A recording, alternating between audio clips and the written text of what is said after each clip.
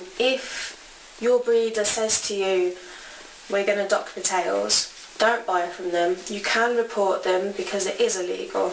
The dew claw is the little claw that is about halfway up your dog's arm, and it's not really attached by anything with substance. It's generally just a bit of skin or maybe some sinew attaching the claw. Especially the back claws, there is a chance that they'd get ripped off if your dog is particularly active, and if he's jumping through bushes, the dew claw can get caught and get ripped off, which is quite painful. However, even working breeds are now saying it's probably not as likely as it used to be, and it's not worth causing the puppies a lot of pain because it has to be done when they're about 2 to 3 days old, and it does cause them pain when the vet takes them off. So they're saying it's probably not worth the puppies having the pain of having their dew claws removed because it's not as likely that they're going to get ripped off when the dog is being quite active later on in life. Some people tattoo their dogs if they're a particularly well-known breeder, or if you're going to be getting, say, a racing greyhound, they will tattoo the dog either their inner ear there or their inner thigh. Now the reason they've moved on to the thigh rather than the ear is because some people, they would cut off a dog's ear to get rid of the tattoo to show ownership, and then, you know, without a tattoo saying this is my dog, there's nothing they could have done about it. So they started to do it in the inner thigh where they can't cut it off to show ownership.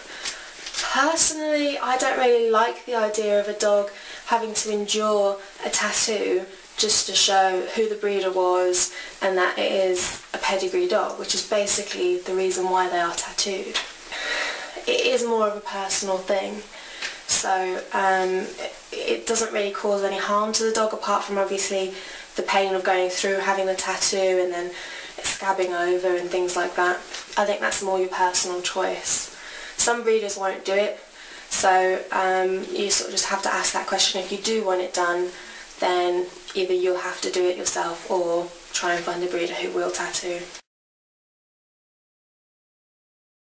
Your puppy should be microchipped, vaccinated and insured.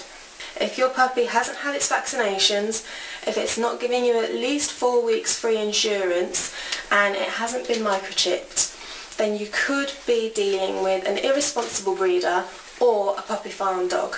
Now, a microchip is, in my opinion, a better way to identify your dog than it is with a tattoo, because all the tattoo does is it says this is the breeder and that it is a pedigree dog. It doesn't say who owns the dog now, it doesn't say where you live, anything like that.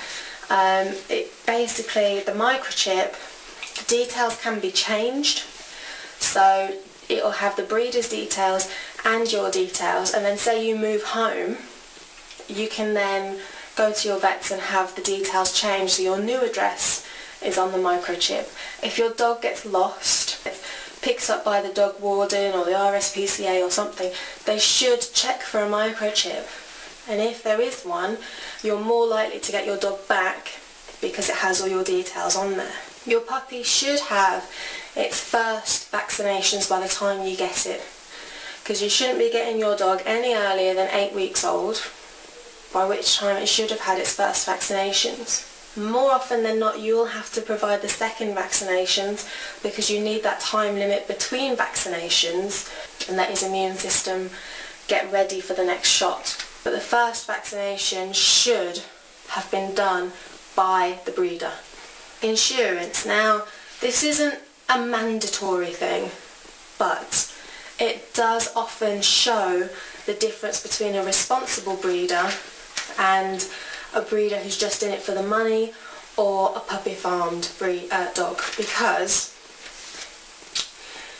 a lot of puppies should get 4 weeks free insurance either off the vets, or a pet insurance company will often provide this if they've registered their puppies to this insurance company. So it's not exactly as if it's costing the earth to insure these puppies, but it is costing something. So a lot of breeders who are just in it for the money who don't really care about the dog's temperament, don't really care about the health tests, things like that, they won't offer you insurance.